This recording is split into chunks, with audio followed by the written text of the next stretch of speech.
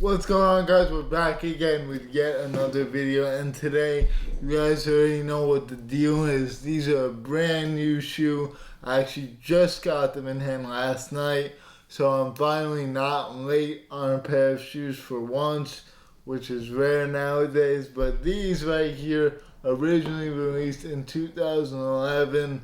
You guys already know what shoe it is. It's a very coveted Jordan 5. I would even argue that it's the most coveted Jordan 5 of all time, possibly, or at least it was at that time when it was released back in 2011. And here we have it again, seemingly out of nowhere. They decided to throw it back at us, and by my luck, I was blessed to have hit these right off in the sneakers app for retail. These are the Jordan 5 Tokyos.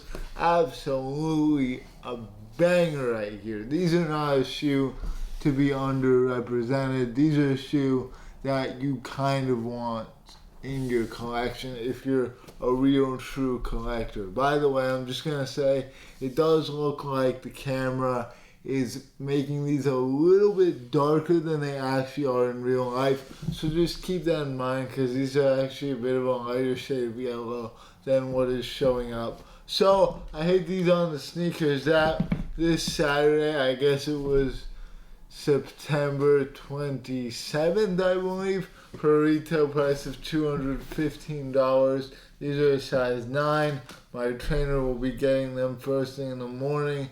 He must be psyched because I plugged up for that guy. But that's what he gets for plugging up for me. All those other times, of course, I gave it to him straight on the house. But these right here, this right here is the box. So just like the original release, they have a regular Jordan 5 box, like whatever the yearly box for the Jordan 5 is. Really nothing really going on here.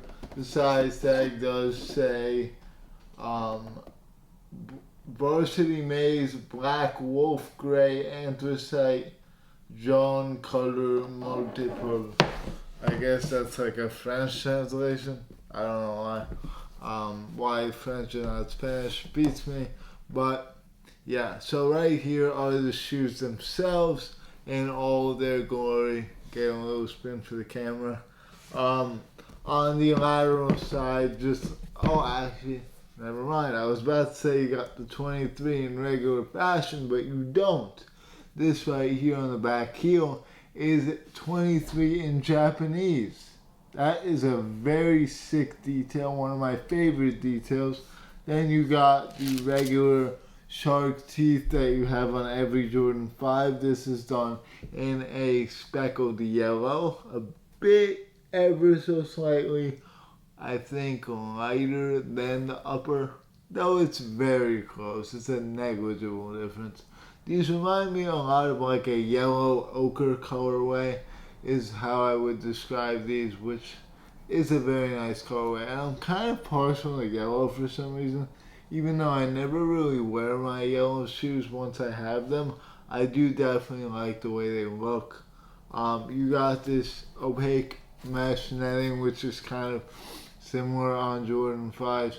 And these smell really strong, actually, a lot like paint and leather. On the back heel right here, you got black, and then the midsole is done up in white with a clear air bubble that does seem to have some buttery undertones inside of it. On the back heel, you do got the Jumpman, not the Nike Air, but these are technically not an OG colorway since they first released in 2011 and the Jordan 5 first released in 1990. So that's about a 21-year discrepancy, making sense why there's a Jumpman on this back heel instead of a Nike Air. I feel like people wouldn't like the Nike Air on the shoe. On the back of the tongue, you got Air Jordan right there. On the front of the tongue, you got the Jumpman logo yet again. You got the black laces pre-laced on the right shoe. You got the white laces hanging. But I think I would prefer the black laces on these personally. Give it more of that bumblebee look and feel. What else can I say? The bottom here is translucent for the most part, with the Jumpman yet again, and a gray patch as well as the yellow toe guard right here, combined with the black on the midsole toe guard.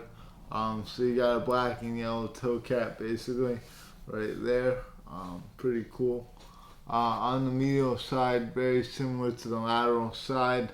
You got a bunch of gray undertones all throughout the laces as well, which look good, though in my opinion a bit out of place, I would say. But this color is very cohesive. Like, I like the colorway. I'm also in a pretty good mood right now because of my fresh haircut. But I think this colorway is really good. Even if I wasn't in a good mood, I think I would say that as well. I also hit them for retail, which makes me usually more excited about the shoe overall. So the story behind these, I kind of skipped over it.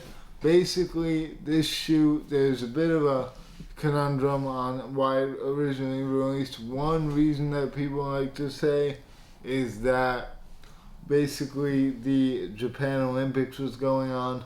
Another reason is that there was a tournament for Japan basketball going on at the exact same time as the release. So we don't really know which one is the actual God's honest truth. But those are the reasons. So they're both athletic inspired reasoning. And overall, the material quality on these is nothing to write home about, but also like, it's just regular suede. The price is just pretty expensive retail, but resale actually is holding up. They're going for $400 almost. So that's actually a lot for a shoe nowadays. 400 is crazy. Not quite 400, they're more in the 360 to 380 range, but that's still a good amount of money for sure. Sizing wise, go through the size on these. Size 10 would fit me perfectly, which is my true size.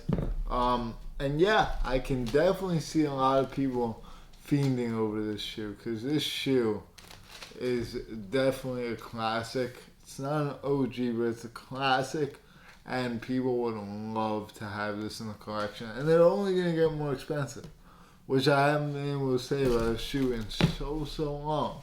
But here we have one. So yeah. Well, that being said, that's all I got for today. Thanks so much for watching. Take care. More to come. I'll see you all soon. Peace.